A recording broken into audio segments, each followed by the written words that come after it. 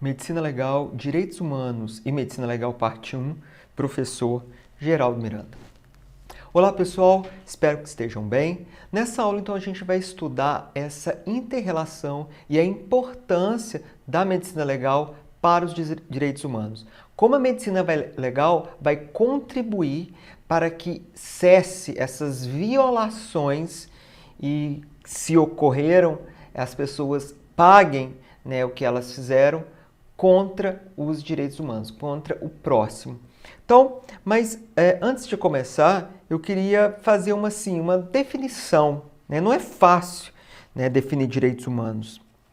Mas eu trouxe aqui dois conceitos, um do João Batista Heckenkoff, que diz assim: os direitos humanos ou direitos do homem. Esse termo do homem até não ficou muito bom, porque essa questão do masculino e feminino, melhor direitos humanos ou direitos e garantias individuais são, modernamente, entendidos aqueles direitos fundamentais que o homem possui pelo fato de ser homem, por sua própria natureza humana, pela dignidade do que é inerente. Então aqui tem algumas palavras-chave, São direitos que a sociedade política tem o dever de consagrar e garantir. Então, o Estado, ele tem que garantir esses direitos. Um outro conceito que eu trouxe é o conjunto de prerrogativas e garantias inerentes ao homem. Tá vendo? Só mudou o português. Cuja finalidade básica é o respeito à dignidade, tutelando-se contra os excessos do Estado, estabelecendo um mínimo de condições de vida. Ou seja, não é fácil, essas definições. Então, quando a gente fala aqui humanos, direitos humanos, não é apenas em razão de sua titularidade, que é o próprio homem, um homem no sentido amplo, tá? Mas pelo seu caráter essencial e fundamental para a existência de uma vida digna. Então é isso que está aqui, a dignidade humana, tá bem? Só mais alguns tópicos que eu queria falar, que eles garantem direitos básicos a todos os membros da espécie humana, só reforçando aquilo que eu já falei. E seus primeiros reconhecimentos ocorreram lá na Revolução Americana e na Revolução Francesa. E eles foram oficializados no século XX por meio da Declaração Universal dos Direitos Humanos, que a gente vai ver ela ainda nessa aula. E eles possuem como objetivo garantir os direitos fundamentais como a vida, a liberdade, a saúde, a segurança das pessoas, bem como o direito à defesa e ao justo julgamento a quem seja acusado de crime. O dia 10 de dezembro foi estabelecido pela ONU, a Organização das Nações Unidas, como o Dia Internacional dos Direitos Humanos. Por que nesse dia? Porque foi no dia 10 de dezembro de 1948 que foi, então, publicada a Declaração Universal dos Direitos Humanos. E os direitos humanos, é para todos. Isso aqui é um guia, tem um videozinho também institucional aqui do Ministério da Mulher, da Família e dos Direitos Humanos, do Governo Federal, que vocês podem ver aí de uma maneira bem rápida. E esse vídeo mostra justamente isso, com o objetivo de enfrentamento às violações dos direitos humanos no Brasil. Então, para a gente continuar, eu tenho que falar um pouquinho, algumas características dos direitos humanos, porque não adianta eu falar somente a parte da relação com a medicina legal se você não viu ainda algumas características que lhes são próprias. Que características são essas? São várias, na verdade. A primeira que eu coloquei aqui é a imprescritibilidade. Apesar de ter várias características, elas são muito fáceis, porque o próprio nome, o próprio português, já ajuda na definição. Então, o que é uma coisa imprescritível? Que os direitos humanos não se perdem pelo decurso do tempo, eles são imprescritíveis, Não adianta o tempo passar, que eles vão ser garantidos. O segundo, inalienabilidade, indisponibilidade ou inegociabilidade, ou seja, eu não posso vender, eu não posso comercializar os direitos humanos. Então, não há possibilidade de transferência dos direitos fundamentais, seja a título gratuito ou a título oneroso. Tá? É óbvio, muito fácil também. A irrenunciabilidade, né? Você não pode renunciar. Os direitos humanos fundamentais não podem ser objeto de renúncia, deles não podendo abrir mão do seu titular. Inviolabilidade impõe a impossibilidade legal de desrespeito aos direitos humanos, eles são invioláveis. E a efetividade implica na obrigatoriedade da atuação do poder público no sentido de garantir a efetivação dos direitos e das garantias previstas constitucionalmente. Então, o Estado ele é obrigado, né, efetivamente a garantir esses direitos. Tá vendo? É muito simples, então, as definições, mas lembre-se, se cair alguma questão sobre isso, toma cuidado, porque as provas, elas costumam misturar. Por exemplo, ela dá o conceito de irrenunciabilidade, fala que foi inviolabilidade. Então, fiquem atentos, ok? Vamos continuar. Eles também têm a característica de complementariedade, que implica em que os direitos humanos não devem ser interpretados isoladamente, mas sim de forma conjunta. Porque às vezes um vai sobrepor o outro. Se observa os direitos humanos como um todo, do geral para o particular, para visualizar e dar cumprimento às partes, ou seja, os objetivos prescritos pelo poder constituinte. Eles também têm limitabilidade relativa ou ponderação, ou seja, é uma máxima observância e uma mínima restrição. Então, os direitos humanos não são absolutos, né? Nenhum dos direitos não são, porque às vezes eles podem se contrapor, mas relativos. Havendo muitas vezes, no caso concreto, tem que ser analisado cada caso, confronto ou conflito de interesses. Então, por exemplo, a pessoa tem direito à liberdade, mas se a pessoa foi condenada por um processo legal, aí ela pede esse direito de liberdade. Tá? Então, é uma coisa muito simples. Universalidade, isso aqui também é fácil, né? Decorre da ideia de inerência para, enfim, significar que os direitos pertencem a todos os membros da espécie humana. Ele é universal para todo mundo, né? Sem qualquer distinção ou posição social, nacionalidade, sexo, raça, credo ou convicção político-filosófica. Ele também tem uma interdependência que exprime que certo direito não alcança a eficácia plena sem a realização simultânea de alguns ou de todos os outros direitos humanos. Numa análise que vai do particular para o geral, pois a realização de um direito pode depender, ou quase sempre depende, do respeito e promoção dos diversos outros, né? Então, eles são interdependentes uns com os outros. Inerência, que são inerentes a cada pessoa pelo simples fato, né, de existir e decorre do fundamento justnaturalista, racional dotado pelo direito internacional dos direitos humanos. Então, ele é inerente à pessoa. Também tem essa característica de transnacionalidade. Também isso aqui é fácil, né? Os direitos fundamentais da pessoa humana são reconhecidos e protegidos em todos os estados. Trata-se de caráter transcendental dos direitos humanos. Infelizmente, a gente sabe que há estados, né, aí no mundo em que os direitos humanos não são respeitados na sua integridade. Eles foram muito desrespeitados, né, durante a Segunda Guerra Mundial, e alguns países ainda têm essa mentalidade de desrespeito aos direitos humanos. Eles são indivisíveis, né? Aí dá essa característica de indivisibilidade, que consiste na interdependência ou interrelação que deve existir entre os direitos civis e políticos com os direitos econômicos, sociais e culturais. Então, assim, você tem que ter o direito pleno, né? Todos esses direitos aqui. Então, ainda esses direitos que transcendem a esfera dos indivíduos. Historicidade representa a ideia de que os direitos humanos, embora apregoados como naturais em seu discurso de origem, são direitos históricos, surgidos da Idade Moderna a partir de lutas contra o Estado absoluto, né? Principalmente, como eu já falei, Revolução Francesa e Americana.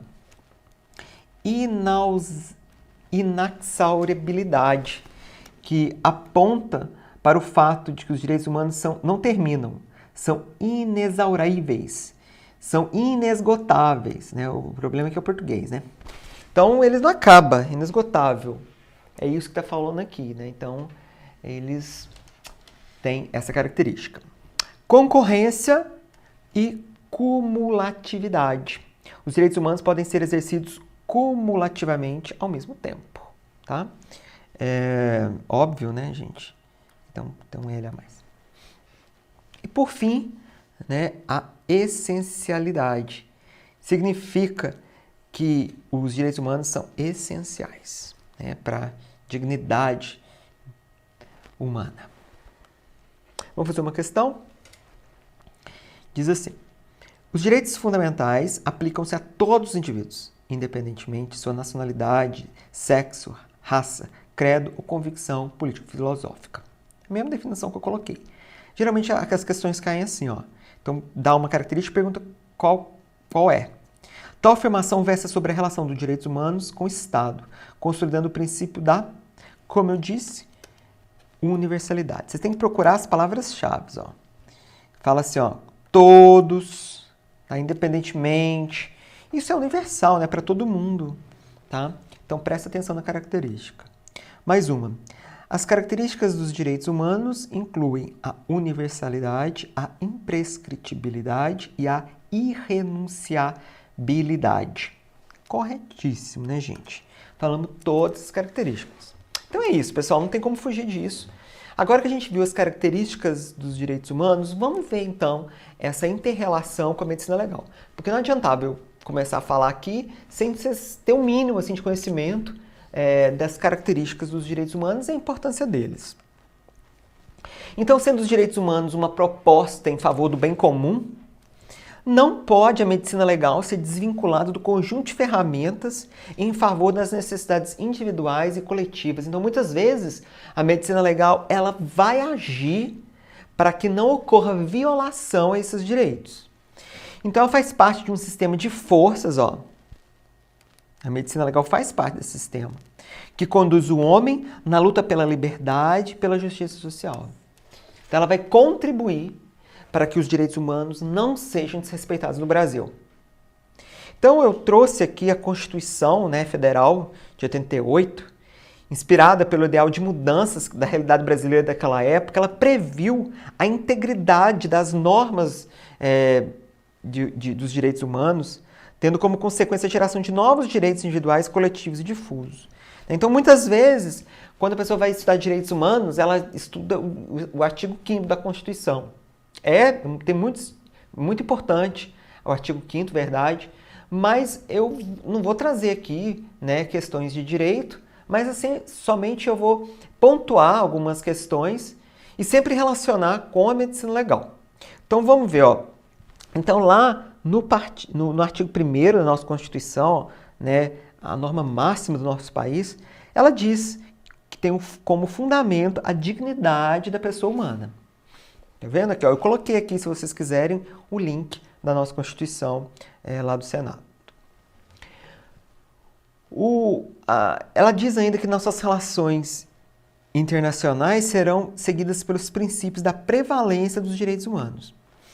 E, por fim, fala que os tratados e convenções internacionais sobre direitos humanos que foram aprovados em cada casa do Congresso, em 2 turnos, por 3/5 dos votos dos respectivos membros, serão equivalentes às emendas constitucionais. Olha a importância, então, que o Constituinte deu, né, aos direitos humanos. Continuando falando do artigo 5º, né, ele diz que ninguém será submetido a tortura nem a tratamento desumano ou degradante. Isso aqui é cópia da Declaração Universal dos Direitos Humanos, tá? E a gente vai falar na próxima aula de tortura, que é uma das piores violações, né, aos direitos humanos. E também tratamentos desumanos ou degradantes, principalmente contra minorias, tratamento de violência contra a mulher, contra LGBT, idosos e crianças. Deficientes também, pessoas em situação de rua. Então, essas minorias, eles são muitas vezes as maiores vítimas, têm os seus direitos mais violados. Só que a lei considerará crimes inafiançáveis, insusceptíveis de graça, honestia e a prática de tortura. A tortura ela causa muita humilhação, sofrimento, medo nas pessoas. Mas nós vamos deixar isso para a próxima aula. E aqui eu trouxe para vocês, né, o Programa Nacional de Direitos Humanos. Aqui nós já estamos no terceiro. Esse aqui é o terceiro para quem quiser acessar. Aqui está o link, é um programa grande, bem extenso. Eu coloquei aqui somente a parte que fala da medicina legal. O PNDH-1 ele foi aprovado por meio de um decreto lá no governo do Fernando Henrique Cardoso. E ele é um marco, porque ele atribui os direitos humanos na política pública governamental, que até então não existia. E ele começa dizendo que não há como conciliar democracia com violação aos direitos humanos. Olha que importante isso. E hoje, então, como eu disse para vocês, nós temos o PNDH 3, que foi aprovado, então, em 2009. E lá, no início, né, desse programa, diz assim: toda pessoa tem direitos inerentes à sua natureza humana, sendo respeitada a sua dignidade e garantida a oportunidade de desenvolver seu potencial de forma livre, autônoma e plena. Então, os princípios históricos dos direitos humanos são orientados pela afirmação do respeito ao outro e pela busca permanente da paz. Paz que, em qualquer contexto, sempre tem seus fundamentos na justiça, na igualdade e na liberdade. Tá? Então, eu trouxe para vocês aqui uma introdução lá no prefácio desse programa. Esse programa destaca-se ainda a transversalidade e interministerialidade de suas diretrizes, ou seja, ele é interministerial, né, entre os vários ministérios, inclusive tem competências, diretrizes para vários, de seus objetivos estratégicos, de suas ações programáticas, na perspectiva da universalidade, já falei, indivisibilidade, já falei, e interdependência dos direitos. Viu como é que é importante a gente ter conceitos anteriores? Tudo isso aqui eu já falei, tá? Então esse aí é o Programa Nacional de Direitos Humanos, atualmente o PNDH3. Então o que ele fala sobre a medicina legal? Lá no objetivo estratégico, ele diz assim, que um dos objetivos é a consolidação de uma política nacional visando a erradicação da tortura. Então a tortura não é permitida no Brasil. E de outros tratamentos ou penas cruéis, desumanas ou degradantes. Produção da prova pericial. Olha a importância da medicina legal. Ó. Produção da prova pericial com celeridade e procedimento padronizado, quando há violação aos direitos humanos. Então, na próxima aula, nós vamos ver a atuação da medicina legal nesses casos. Como é que a medicina legal vai fazer o exame do torturado, da violência contra a mulher, da violência contra o idoso? Tudo isso é muito importante para juntar, para fazer prova para esses casos aqui, que as pessoas que cometem sejam punidas. E estipular um marco legal para definição de regras unificadas de exame médico legal. Estabelecer um protocolo para a padronização de procedimentos a serem realizados nas perícias destinadas à averiguar a alegação de tortura. Então, esses são os objetivos, né, que estão aí nesse plano nacional de direitos humanos. E esse protocolo, né, a gente vai ver daqui a pouquinho algumas regras. Mas antes, eu queria falar da Declaração Universal dos Direitos Humanos, que é um documento marco na história dos direitos humanos, né? Ela foi elaborada por representantes de diferentes origens jurídicas e culturais de todas as regiões do mundo. E a declaração foi proclamada pela Assembleia Geral das Nações Unidas em Paris em 10 de dezembro de 1948, como eu já falei para vocês, por isso que esse dia é o Dia Internacional dos Direitos Humanos. Ela já foi traduzida em mais de 500 idiomas e é o documento mais traduzido do mundo. Inspirou as constituições de muitos estados e democracias recentes. Né? Então, se você quiser acessar a declaração, está aqui nesse link. Eu coloquei, né, tanto o link quanto o QR Code. Então, por favor, nós vamos estudar agora alguns artigos, são poucos, tá, gente? Que estão na declaração. Então, mostrem a câmera do seu celular para esse QR Code, para você acessar os a declaração, ou clica nesse link aí, ó. Esse link também vai levar direto lá na declaração. Então eu queria começar aí no artigo 1º, que diz assim, ó, que todos os seres humanos nascem livres e iguais em dignidade e direitos.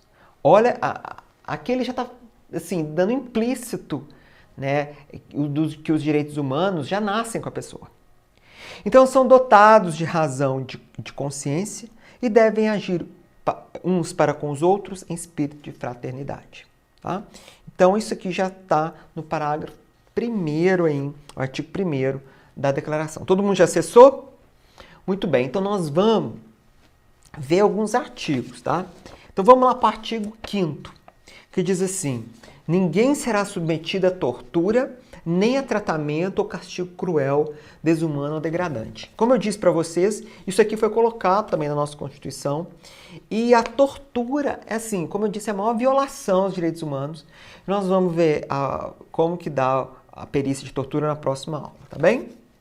Agora vai lá para o artigo 7º. Diz assim, todos são iguais perante a lei e têm direito, sem qualquer distinção e qualquer proteção da lei, a igual proteção da lei. Todos têm direito a igual proteção contra qualquer discriminação que viole a presente declaração e contra qualquer incitamento a tal discriminação. Então as pessoas, né, elas não podem ser discriminadas, né? A gente tem que ver, tem que pensar assim, nós somos muito desiguais, né? E essa desigualdade, ela tem que ser respeitada, né, de cada pessoa. É muito importante. Agora eu quero que vocês vão para o artigo 14, que diz assim: todo ser humano, vítima de perseguição, tem o direito de procurar e de gozar asilo em outros países. Tá? Então a gente vê muito países em que os adversários políticos são perseguidos, né, torturados, capturados, dão veneno, né, como aconteceu, hein, vocês devem ter visto na imprensa, um país internacional. Hein? Então esse direito não pode ser invocado em caso de perseguição legitimamente motivada, óbvio, né, gente? Se ele foi condenado por motivo legal, não tem que falar que está sendo perseguido irregularmente, né? Motivado por crimes de direito comum ou por atos contrários a objetivos e princípios das Nações Unidas. Bem? Depois eu queria que vocês fossem para o artigo 16. Fala assim: homens e mulheres de maior idade, sem qualquer restrição de raça, nacionalidade ou religião, têm o direito de contrair matrimônio e fundar uma família. Olha a importância que a medicina legal também vai agir quando ela faz, por exemplo, exames de reprodução assistida, questões de nulidade de casamento, maioridade civil, tudo isso também tem importância para a medicina legal. Gozam de iguais direitos a relação do casamento, sua duração e dissolução. Agora nós vamos lá para o artigo 23, diz assim: todo ser humano tem o direito ao trabalho, à livre escolha do emprego, às condições justas e favoráveis do trabalho e à proteção contra o desemprego. Mais um artigo importante para a medicina legal, porque as condições de insalubridade, acidente de trabalho, tudo isso também é competência da medicina legal. Tá? Condições degradantes do trabalho, elas são importantes porque elas vão violar direitos humanos. Agora a gente vai para o artigo... Está acabando, tá, gente? São poucos que a gente vai ver. Agora a gente vai para o artigo 25. Diz assim: todo ser humano tem direito a um padrão de vida capaz de assegurar-lhe a sua família, saúde e bem-estar, inclusive a alimentação. Então a gente pode ver casos de violação aos direitos humanos através em que a família não dá alimento para o idoso, não dá alimento para a criança, aquela criança desnutrida, amarra a criança dentro de tambor, vocês já devem ter visto também, né? Vestuário, habitação, cuidados médicos e os serviços sociais indispensáveis. O direito à segurança em caso de desemprego, doença, invalidez, viuvez, velhice e outros casos de perda dos meios de subsistência ou circunstâncias fora do seu controle. Olha que importante a medicina legal fazer exames de acidentados, exames previdenciários, para dar justamente esses direitos aqui, ó, de aposentadoria por invalidez, de lesões corporais, né? Tudo isso é importante, de deformidade, debilidade, é competência sim da medicina legal. E por fim, aí, no tópico 2 do artigo 25, ainda continua, ó, a maternidade e a infância têm direito a cuidados e assistências especiais. Todas as crianças nascidas dentro ou fora do matrimônio gozarão da mesma proteção social. O que eu queria falar era isso. Esse último artigo diz justamente essa questão que a medicina legal vai atuar a partir do momento que ela vai fazer exame em casos de aborto, infanticídio, controle de natalidade, reprodução assistida, tudo isso, essa questão de gestação e da criança. Era isso que eu queria falar dessa parte, tá? Dos direitos humanos. A aula não acabou ainda não, ainda tem mais uma. Vamos fazer uma questão. Deixa eu ver o que eu coloquei aqui. Coloquei, ó. Então vamos fazer mais uma questão sobre isso que a gente acabou de ver, só para mostrar como é que isso cai, ó. Consoante a Declaração Universal dos Direitos Humanos de 1948, assinale a alternativa incorreta. A. Ninguém será submetido a tortura, nem a tratamento ou castigo cruel, desumano ou degradante. Gente, correto, tá? Isso aqui é o artigo 5º da Declaração Universal de Direitos Humanos. B. Ninguém será arbitrariamente privado de sua nacionalidade, nem do direito de mudar de nacionalidade. Correto, tá? Isso aqui é o artigo 15. A vontade do povo será a base da autoridade do governo. Essa vontade será expressa em eleições periódicas e legítimas, por sufrágio universal, por voto secreto ou processo equivalente que assegure a liberdade do voto. Correto, tá? Isso aqui é o artigo 21. Todo ser humano vítima de perseguição, ainda que seja legitimamente motivada por... Não. Aí não, né, gente? Se foi legitimamente motivado por crimes que ele cometeu, né, ele pode ser perseguido, sim. Então, a resposta é a letra D. Tem o direito de procurar e gozar asilo em outros países. Só se for fuga, né, gente? Letra E. A maternidade e a infância têm direito a cuidados e assistenciais especiais. Todas as crianças nascidas dentro ou fora do matrimônio gozarão da mesma proteção social. Acabamos de ler esse artigo, né? É o artigo 25. Tá bem? Só para mostrar como cai a literalidade da declaração. Só continuando ainda essa questão da medicina legal, a gente tem que pensar que essa consciência de que tais direitos necessitam de uma imperiosa proteção cria uma série de regras que vai ajustando mais a cada agressão sofrida. Não apenas no sentido que se criam dispositivos legais, né, que são as nossas leis, dispositivos, normas para a proteção desses direitos, mas de uma maneira de estabelecer formas mais fraternas de convivência. Afinal de contas, a gente vive em sociedade e um dos princípios é realmente essa fraternidade. Então, a prática da medicina legal constitui um instrumento de grande valia em favor dos direitos humanos. Gente, isso aqui, ó, super importante. Tirei do livro do professor França. A medicina legal, ela vai contribuir, né, em favor dos direitos humanos. E a medicina legal é uma ciência de largas proporções, que a gente já viu isso. A medicina legal é muito ampla nessa relação com o direito, né? E ela é de extraordinária importância no conjunto dos interesses da coletividade, né? Para garantir esses direitos humanos na sociedade, na coletividade. Porque ela existe e se exercita cada vez mais em razão das necessidades de ordem pública e do equilíbrio social. Olha que importância da medicina legal nesse equilíbrio social, nesse contexto, né, dos direitos humanos. Então, assumir a profissão como ato político e de uma maneira de comprometimento social, o perito faz com que a atividade pericial, o trabalho dele, ó, a atividade pericial é o trabalho dele, não seja apenas o uso de um amontoado de regras técnicas, mas um ato da maior significação na permanente busca da cidadania. Então, olha a importância aí do trabalho pericial da medicina legal para os direitos humanos.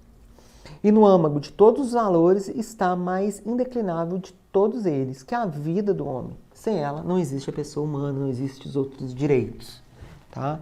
Então, a medicina legal vai contribuir, né, para a resolução de problemas que violem os direitos humanos, para garantir, né, a vida. E há países que ainda praticam ou toleram formas de castigos físicos e privação injustificada da liberdade de pessoas com a finalidade de punir, né, tendências ideológicas ou reprovar ou inibir os movimentos libertários ou as manifestações políticas de protesto. A gente está cansado de saber que tem muitos países que têm violação aos direitos humanos. São países muito fechados.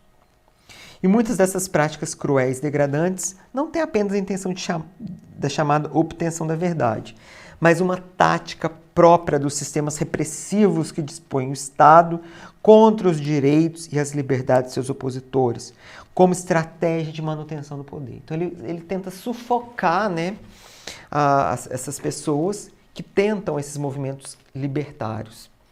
E a medicina legal ela vai contribuir a partir do momento que ela vai fazer a perícia e ela comprova que aquela pessoa passou por tratamentos desumanos, degradantes e tortura. Então, na realidade, o que procura com desrespeito, né, aos direitos humanos é a fragmentação do corpo e da mente e a desmoralização do homem. Tá? Então, o homem fica fragmentado. E a medicina legal é um instrumento capaz de contribuir, quando ela, por exemplo, examina, né, a questão psíquica daquela pessoa que foi tão torturada que ela está fragmentada, até com problema psíquico. Nós vamos ver isso na próxima aula. É um instrumento capaz de contribuir de maneira significativa a partir do momento em que ela possa denunciar, ela comprova, né, a violência, por meio de suas práticas periciais, todas as modalidades de agressão. Olha a importância, então, da medicina legal. Só para terminar, eu queria mostrar para vocês que todos esses casos aqui a medicina legal é aplicável. Eu tirei esses dados recentes do Ministério da Mulher, Família e Direitos Humanos, do atual governo. E aqui ele mostra, então, a quantidade de violência contra principalmente grupos vulneráveis. Mulher, adolescente, idoso, pessoa com deficiência, pessoa LGBT, pessoa com restrição de liberdade são os presos. E a grande maioria, então, dessas aqui virou, né? Mas a grande maioria são agressões físicas, violência física, tá? E principalmente fatos, agressões físicas mesmo, tá? E nesse caso, a medicina legal vai contribuir muito para verificação desses direitos humanos. Pessoal, vou terminando por aqui. Espero que tenham gostado. Até a próxima. Bons estudos e tchau, tchau.